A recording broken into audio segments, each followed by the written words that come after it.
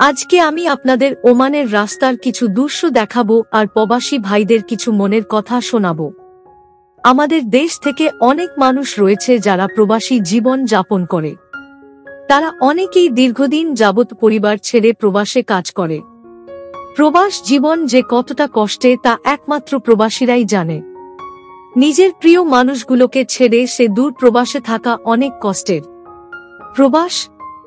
প্রবাস আমাকে এত তাড়াতাড়ি ছাড়বে না, কারণ আজ সবার খুশি আমার মুখের দিকে তাকিয়ে। প্রবাস জীবন কিসের ঈদ রে ভাই, যেখানে নিজের পরিবারটাই পাশে নেই। বয়সটা শখের, কিন্তু অভাবটা যে টাকার, তাই এভাবেই চলছে জীবনটা। বয়সের বাড়ছে, দায়িত্ব বাড়ছে, টেনশন ডিপ্রেশন বাড়ছে, শুধু ভালো থাকাটা কমে যাচ্ছে। একটা কথা সত্য, প্রবাসীরা অনেকেই অনেক টাকা কামায়, কিন্তু তাদের মনে কোন সুখ শান্তি নেই।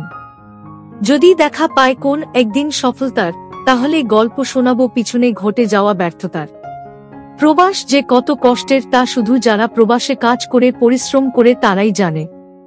একটা প্রবাসী জীবন ডিউটির শুরু আছে তবে শেষ নাই, মাস শেষে বেতন আছে তবে রাখার মতো ক্ষমতা নাই।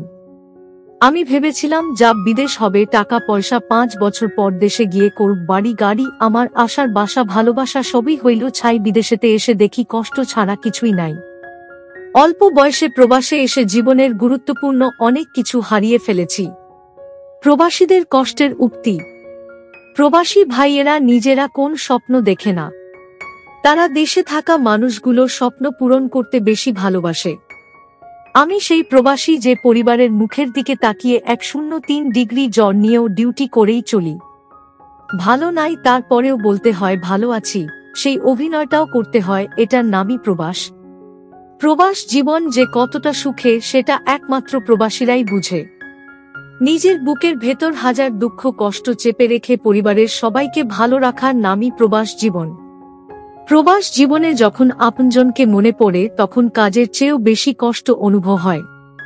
প্রবাস জীবন এমন একটা জীবন যেখানে আপনি স্বাধীনভাবে চলাফেরা করতে পারবেন না, মন চাইলে বাড়িতে আসতে পারবেন না, মা বাবা ভাই বোনদের সাথে দেখা করতে পারবেন না।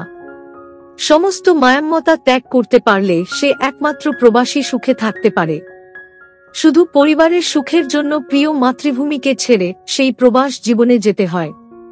তাই প্রবাস জীবন এতটা কষ্ট হয়।